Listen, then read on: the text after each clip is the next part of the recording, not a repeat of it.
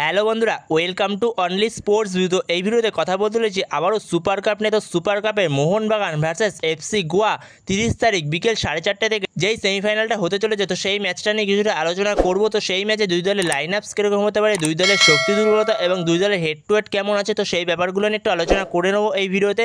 তো ভিডিওটি সবাই শেষ পর্যন্ত দেখতে থাকো, আর চ্যানেলে নতুন হয়ে থাকলে চ্যানেলটি সাবস্ক্রাইব করে পাশে থাকা বেল আইকনটি অন করে পাশে থেকো।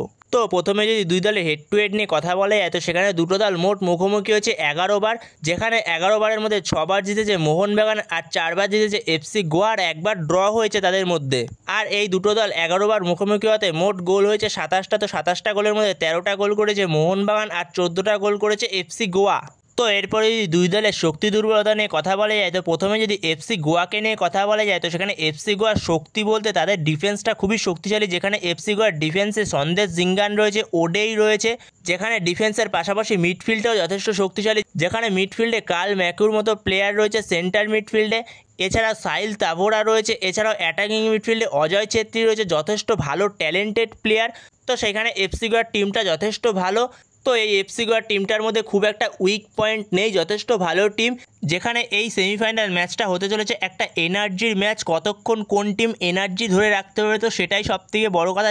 যেহেতু ম্যাচটা বিকেল 4:30 থেকে ভুবনেশ্বরের কলিঙ্গ স্টেডিয়ামে, যেখানে খুব রোদ আর গরম, ভুবনেশ্বরে কীরকম গরম, তো সেই গরমের মধ্যে বিকেল 4:30 থেকে ম্যাচ, সেখানে বিকেল 4:30 থেকে ম্যাচ খেলাটা মুখের কথা নয় এই গরমের মধ্যে। তো সেইখানে ম্যাচটা দুটো টিমই জিততে চাইবে, যেখানে সেমিফাইনালের মতো ম্যাচ, তো সেখানে দুটো টিমই জিততে চাইবে। তো এরপরে যদি মোহনবাগানের শক্তি দুর্বলতা নিয়ে কথা বলা যায়, তো সেইখানে মোহনবাগান তাদের পুরো ইয়ং টিমটাকে খেলাচ্ছে সুপার কাপে, যেখানে মোহনবাগানের সাথে আগের দিন কেরালা ফেভারিট থাকার পরও কেরালাকে যেভাবে 2-1 গোলে ম্যাচটা হারালো, শেষ মুহূর্তে একটা গোল না খেলে 2-0 গোলেও ম্যাচটাকে হারাতে পারতো মোহনবাগান কেরালাকে।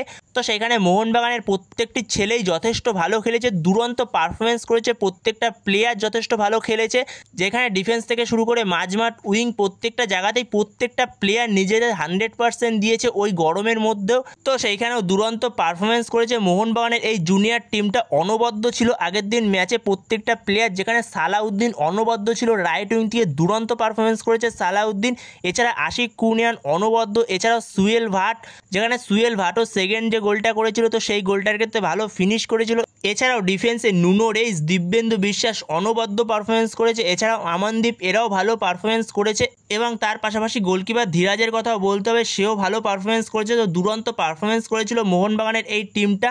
তো সেইখানেই মোহনবাগানের শক্তিশালী দিক বলতে তাদের ডিফেন্সে নুনো রেইস এবং দিব্যেন্দু বিশ্বাস দুরন্ত পারফরমেন্স করেছে আগের দিন। তো নুনো রেইসকে খুবই ভালো লাগলো দেখে, দুরন্ত পারফরমেন্স করলো আগের দিনের ম্যাচটায়, প্রথম ম্যাচ খেলছে তাকে দেখে মনেই হলো না। সেইখানে দুরন্ত ইন্টারসেপশনগুলো করছিল নুনো রেইস, তো খুবই ভালো লাগলো নুনো রেইসকে দেখে, নুনো রেইসের খেলাও খুবই ভালো লাগলো।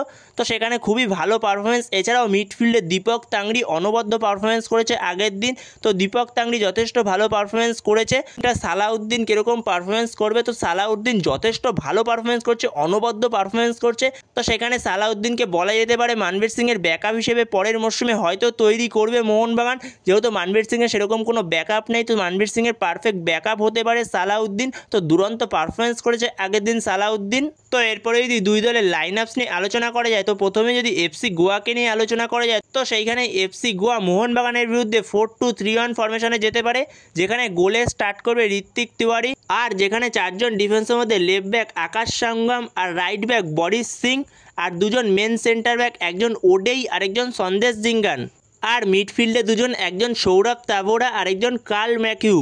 আর সেক্ষেত্রে দুদিকের উইং থেকে, লেফট উইং থেকে ড্রেজান ড্র্যাজিক, আর রাইট উইং থেকে উদান্তা সিং, আর নম্বর 10 রোলে অ্যাটাকিং মিডফিল্ডে সেক্ষেত্রে আয়ুষ ছেত্রী স্টার্ট করতে পারে, আর ওপরে একজন স্ট্রাইকার সেক্ষেত্রে ইকার গোয়ারেকটেক্সনা। তো এরকমই হতে চলেছে মোহনবাগানের বিরুদ্ধে এফসি গোয়ার লাইন আপস।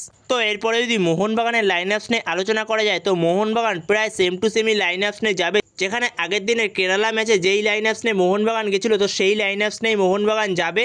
তো সেইখানে মোহনবাগানের কোচ বাস্তব রয় 4-2-3-1 ফরমেশনেই যাবে, আগের দিন যেই ফরমেশনে গেছিলো। তো সেখানেই গোলে স্টার্ট করবে ধীরাজ সিং, আর 4 জন ডিফেন্সের মধ্যে left back Amandeep, right back Sourav Banwala, আর দুজন মেন সেন্টার ব্যাক, একজন দিব্যেন্দু বিশ্বাস আর একজন নুনো রেইস, আর মাঝমাঠে দুজন, একজন দীপক তাংড়ি দলের ক্যাপ্টেন, আরেকজন হলো অভিষেক সূর্যবংশী। তো অভিষেক সূর্যবংশী সে একটু সেন্টার মিডফিল্ডের রোলটা প্লে করবে, আর দীপক তাংরি সে মাঝে মধ্যে একটু ওপরে উঠবে, বেশিরভাগ সময় ডিফেন্সিভ মিডফিল্ডের রোলটা সে প্লে করবে। আর সেক্ষেত্রে দুদিকের উইং থেকে লেফট উইং থেকে আশিক কুনিয়ান, রাইট উইং থেকে সালাউদ্দিন, আর মাঝখানে নম্বর 10 রোলে অ্যাটাকিং মিডফিল্ডে সাহাল আব্দুল সামাদ, আর ওপরে একজন স্ট্রাইকার সুয়েল ভাট। তো এরকমই হতে চলেছে মোহনবাগানের লাইন আপস এফসি গোয়ার বিরুদ্ধে। তো বন্ধুরা, তোমাদের এই লাইন আপসটা কেমন লাগলো? তো এই লাইন আপসে কি কোনো চেঞ্জ হতে পারে মোহনবাগানে? তো এই বিষয়ে তোমাদের কোনো মতামত থাকলে অবশ্যই কমেন্টে জানিও। তো এই ভিডিওতে এই পর্যন্তই। তো এই ভিডিওতে এই আপডেটগুলো নিয়ে আলোচনা করার ছিল। তো ভিডিওটি ভালো লাগলে অবশ্যই লাইক, শেয়ার, সাবস্ক্রাইব করতে ভুলো না। তো নেক্সট ভিডিওতে দেখা হচ্ছে, ততক্ষণের জন্য বাই বাই।